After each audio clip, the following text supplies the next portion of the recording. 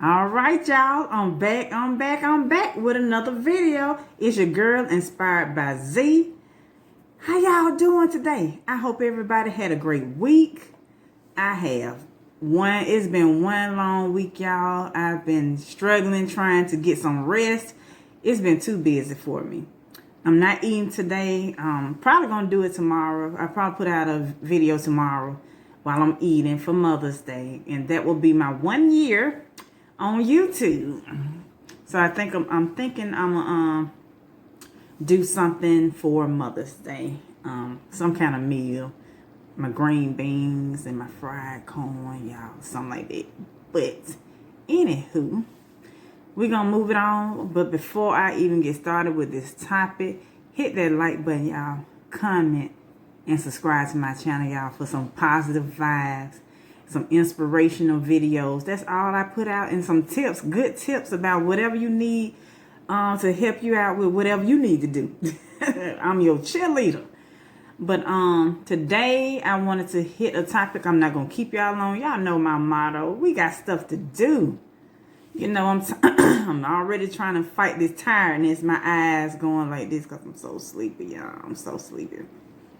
But my body needs to rest, and that's why I haven't put out a video earlier, because I was trying to get time to rest. I had to do too much with my son. I had to help my son this week with a few things, so I really couldn't get a video out like I wanted to.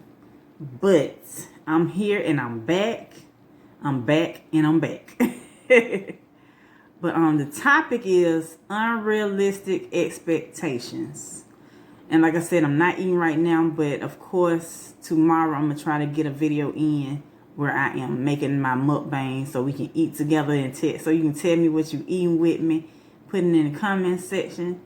But I wanted to touch on this topic because a lot of times we stress ourselves over the like I said, I'm not going to edit that out. We keep it real over here. A lot of times we stress ourselves out over unrealistic expectations that we have for somebody, whether it's on a job, our love lives, friendships, anything. The way sometimes we feel like, okay, if I'm treating this person like this, you expect that person to treat you the same way. And that's your expectation. Well, if I'm doing this and I'm doing that, and this is how I'm treating them, that's how they're supposed to treat me. You expect them to do you the same way. Or if I have heard some people about phone calls. Well, I had to call them every time. You know, I expect them to call me back and blah, blah, blah, blah, blah. When people have jobs, careers, running business, families to take care of, that things happen in life where somebody may not be able to pick up that call. So I said, let me touch on a topic that sometimes we just need a reminder on. I know what I used to be like this. I used to have expectations on certain things. I wasn't too bad about it because I knew things happen. But at the same time, my mindset back then was, okay, if I'm doing this person's supposed to do this. And that's why I say we have unrealistic expectations for people. My first thing I'm going to talk about, I'm give an example. When I was working for a company that I got laid off from, I'm gonna put that out there, years ago. But one of the managers that I was under was leaving. But the thing was, he was training me to get his position. So my expectations were, okay, I'm gonna get this position. All the other managers that we talked to knew about it, so I expected them to give me the position because I did the training, I did the reports, I basically managed the whole department after he left. And so in my mind, okay, I'm just waiting on that day for the head VP to come in pull me aside and tell me, okay, we got XYZ position, and your old manager put your name in because he thought that you was a good fit for the job. And I know, that's what I'm thinking they're gonna say. I'm getting fired up because, okay, I got this, because at that time I think I had like 3 or 4 years in that department. I caught on pretty quick with everything. And so everybody came to me anyway with stuff because I took that lead position. And so I always had that leader in me. And a lot of people came to me anyway, so it fit with everybody knowing me with even the other departments. So in my mind, I'm like, oh, I got this position. He left a good word out there for me that I'd be best for this position and that. So it took them probably about maybe 3 months to actually get somebody in, because they was interviewing, which I did not know. I'm thinking they trying to do the paperwork, fill the paperwork out to switch it over. And no, it did not go like that, because my expectations were, okay, I'm going to get this position. I'm going to start making this amount of money. And, that's my expectations. That's what I was expecting them to do. Lo and behold, they came around to my desk. The VP came around there. I need to pull you to the side. And I'm like, yes, I'm finna get this position. And she pulled me aside to tell me, here's the new supervisor over the department, and we want you to train her. Y'all, that day I felt like punching a wall. I said, wow. So this is the new supervisor, and they want me to train them. Because they heard that I knew that department backwards and forwards. I knew the reports. I knew payroll. I knew everything it was about that job. But I had to train the person who was going to be over me. And I did it with a smile on my face.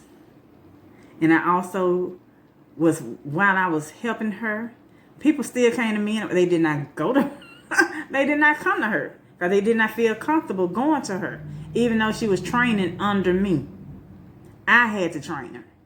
So with that being said, while I'm smiling, trying to help her get her position together, help her get all her reports in, the new reports that she don't know anything about, and then to go around and help her with the different people, to get to know different people who was mainly going to be in her face daily, so she can get used to what to give them and what not to give them.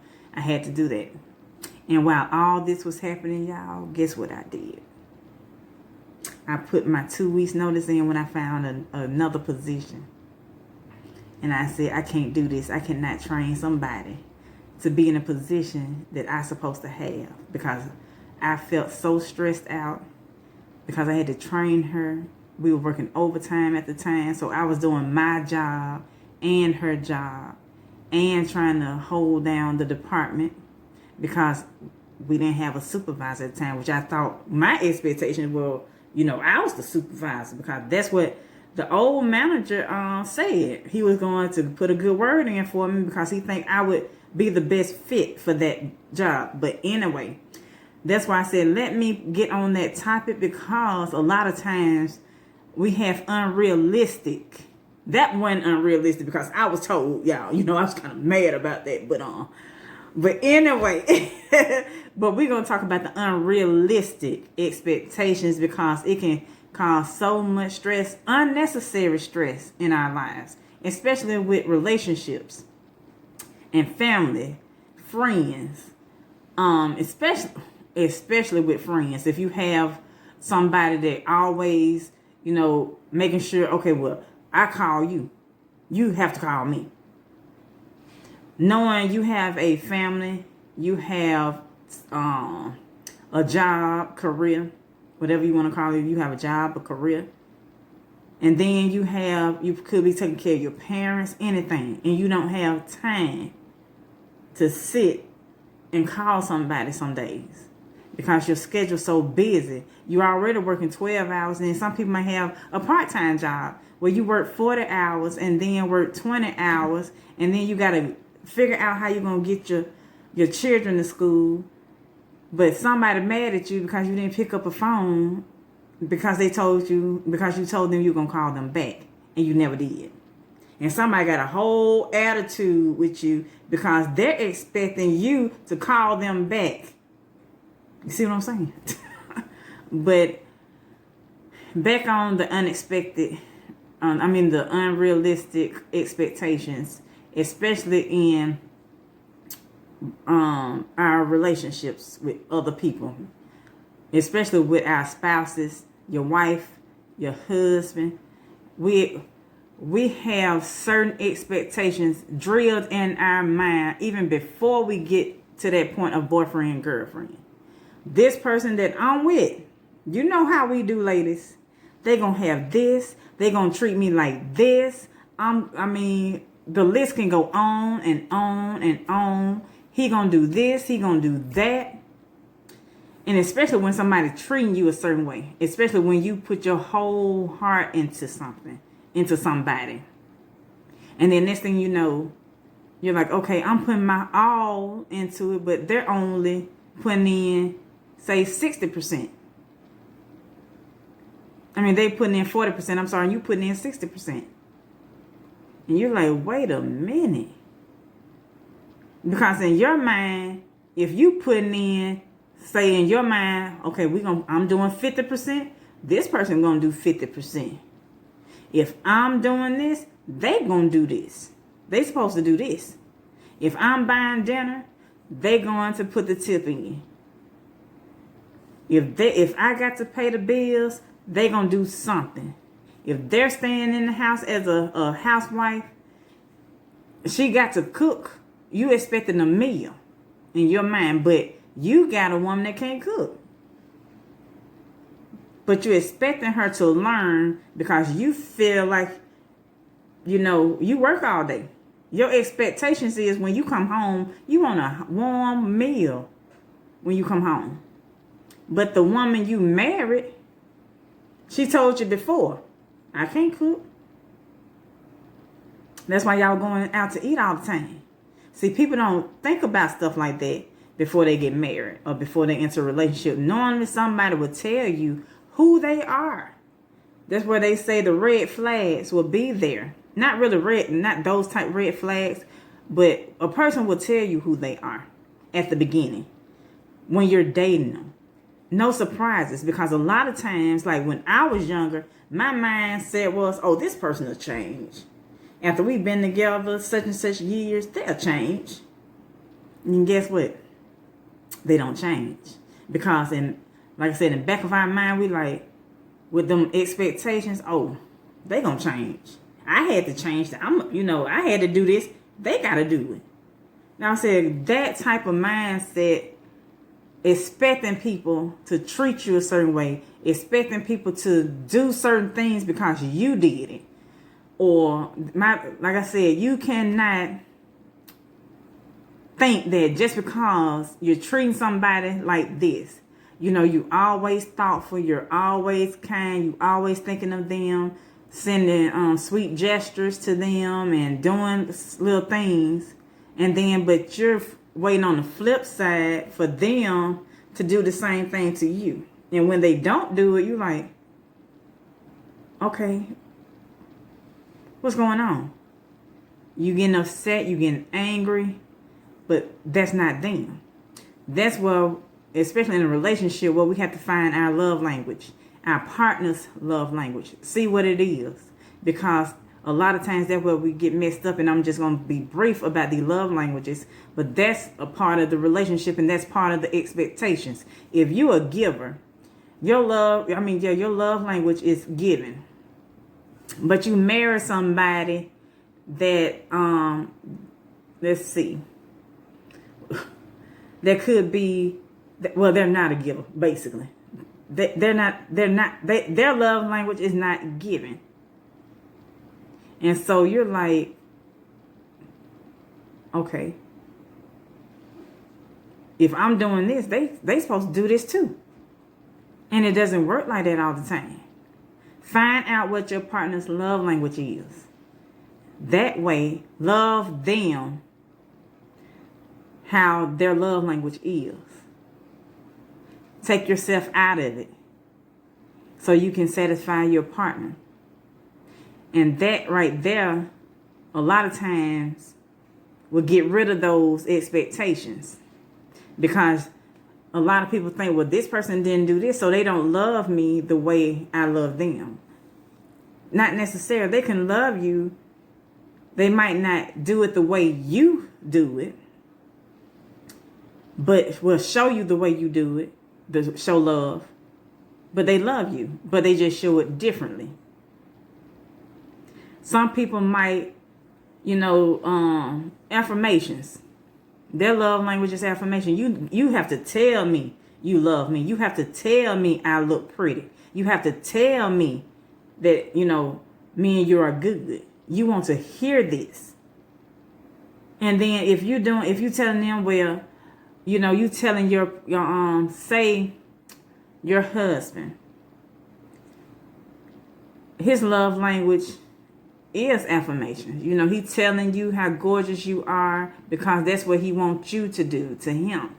He wants to hear good things. Even though men want to be treated the same way as women when it comes to, they want to be shown love too.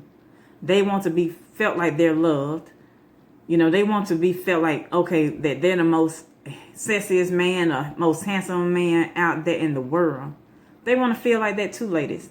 But anyway, but you have to show him the same, like if his love language is affirmations and you know that, but you're the person with physical touch as a love language. You feeling like, okay, well, he don't hug me enough. I hug him all the time. But you're expecting him to hug you, but his love language is affirmations. He's telling you, you beautiful. Baby, you look nice. I love them shoes you got on, that outfit. Look at you. He's telling you, but you're like, well, he don't hug me enough. And I don't think he loved me because he don't hug me. Because your expectation is, if I'm hugging him, touching him, trying to, because that's your love language, then your expectation is unrealistic. Because his love language is something else. He's showing you that he loves you, but your expectation is, well, I do this, and I expect him to do this. And a lot of times that's unrealistic because of how that person is. You cannot expect the same type of treatment that you are giving somebody. And love does not look the same from each person. People show love differently. That's why I say it's unrealistic expectations, because sometimes women in their minds, they have an expectation of, well, I want to be a housewife. I don't want to work. And there's a few men out there that do want to take care of women. It's a few of them out there. But the thing is, if you dating a man, in your mind, well, I want to be a housewife. I don't want to work. But you dating a man that said, well, we got to have 2 incomes in this house. He telling you at the beginning, it got to be 2 incomes in this house for us to work. But you stuck in your mind because you have expectations from this relationship that you want to be a stay-at-home wife. You don't want to work. You barely keeping a job now because in your mind, you want that man to take care of you. Not all ladies, just some women may think like this. I mean, it's to each his own. I have no room to judge nobody. More power to you, sweetie. But I have to work. I got to do something. I cannot sit at home. I got to do something. But I'm just putting an example out there where somebody might have the expectation of being a housewife. But you dating this guy, he telling you, no, I can't do no housewife. We got to have I can't take care of both of us. You can't be at home all day doing nothing. And when you're trying to be a housewife, there's stuff to do at the house. You still got to do something. And so then he might say, no, my expectation for you is to work. Both of us got to work. And he expecting you to work if y'all go any further. He telling you at the beginning, but you thinking, most women really do think that we can change a man. If they tell us at the beginning, at month 3, month 6, this is me, this is who I am. In our mind, sometimes when I was younger, I had that same mindset. Oh, he'll change. I can change him. That's how we think. Some of us. I'm just saying women in general. Some women think like this, that we can change a man once we get them. And the longer we stay with them, we thinking, okay, well, they'll change, because you have to compromise when you're in a relationship. But we have to get past this unrealistic expectation, because it can hurt and break a relationship. I was I was looking at, I think a judge show, I forgot which one, where they had a couple on there. The man told the lady up front, I don't want to get married again. I've been married before. I'm older and I've been married before. I don't want to get married again. In her mind, she's a younger lady. She said, oh, at the beginning, she like, that'll change, once because I want to get married. That'll change. Because her expectation was, once I get him, I'm going to do this, I'm going to do that. He going to change his mind. I expect him to marry me. I expect kids. I expect the family from him. I expect this, I expect that. The full 9 yards. She want the whole wedding and then the house with the picket fence. He's still sitting there. I don't want all that. I'm good how we are. We've been together I think they said 7 years. Still not married. And she like, I'm tired. And he like, I told her I didn't want to get married 7 years ago. And then change. I still don't want to get married. Because of her expectations, she was upset. She was mad. She was stressed. Because she thinking in her mind, with her expectations, well, I expect him to marry me. We've been together this long. I expect the ring. But the man told you up front he didn't want to get married. That's my thing. You getting mad, you getting all upset when somebody's telling you, no, I don't want to do something. Or you treating somebody one way and you expect them to treat you the same way you treating them. That's why I say them unrealistic expectations. So, what's the best thing, positive thing I can tell you to do? Not really tell you to do it, but just to help you out. The first thing I've learned when I got out that mindset, because I used to have it. If I'm doing this for somebody, or if I'm doing that, I expect them to do the same for me. But as the older I got, I had to learn everybody do things differently. God made people different. No two individuals are the same.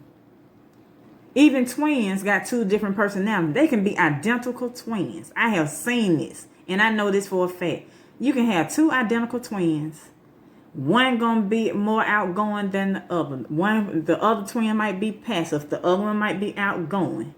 They're different. Even though they look exactly the same, something gonna be different about them.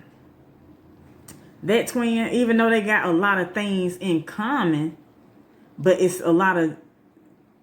have a lot of differences too. So that's why I say you have to get to know a person first. And at the beginning, this is like I said, I had to learn this myself. Once I put out there what I want, somebody tell me I don't want that. That's my other phone, y'all. I listen.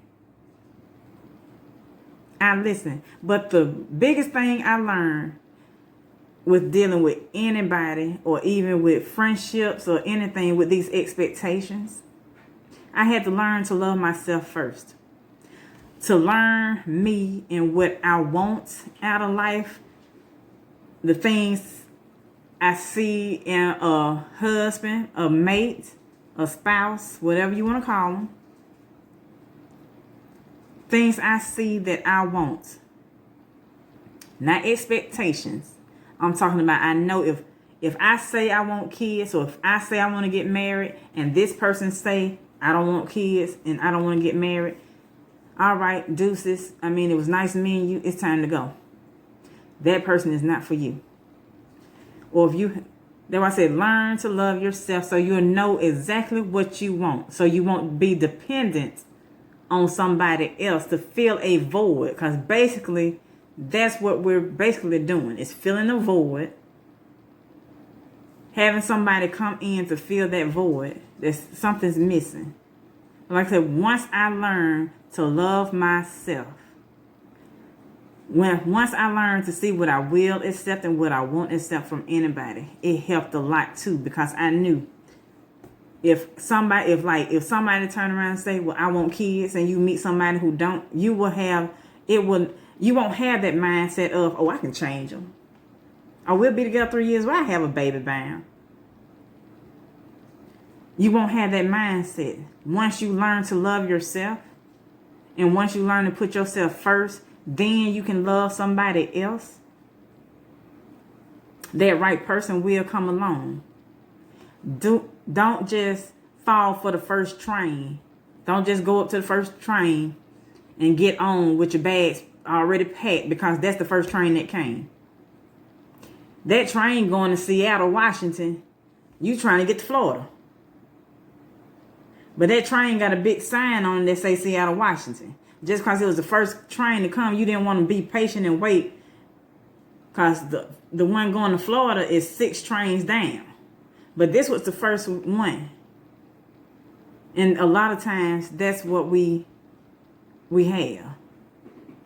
We want that first train because we got our bags packed and we ready. We see that first train come up, well, it'll come back down here to the south. Even though it's telling you, it's showing you. That train got that big sign that say Seattle, Washington. Your destination is Orlando, Florida. In your mind, you like, no, I want to go to Orlando, but let me take this train. You know, I can talk the conductor out of, you know. They'll finally turn around and go back down to Florida and take me down to Florida. When 6 trains down, Orlando, Florida is coming. But sometimes we are so impatient that we want to hit the first train because our bags packed and we ready to go. And then while that train dropped you off at Seattle, Washington, you stuck. You're like, what am I supposed to do now? I'm supposed to be in Florida. You know, you got your reservations down there for that motel. You got your money already spent down there in Florida, but you way up there in Washington. That's why I say our unrealistic expectations sometimes can cause so much unnecessary stress in our lives, because we expecting people to treat us the way we treating them. You are not. Everybody is different. Like I said, when you learn to put yourself first, to love yourself, and know and learn that people have lives themselves. People go through things. And especially, I done heard so many people battling depression now. It's sad. You never know. They might not want to pick up their phone because they just lost their grandmother. They just lost their uncle. They just lost their cousin. They don't want to talk. And you sitting up there mad because 2 weeks ago that person told you, well, I'm going to call you back. I'll call you back tonight. I'll call you back in a couple of minutes. You still waiting on that phone call. But you upset with them because they didn't call you. And then you want to talk negative and talk bad, and that person going through something. Then when they finally reach out to you, say 3 months from now, you want to cuss them out when they call. And they don't know what's going on because they was going through something. That's why I say a lot of times we cannot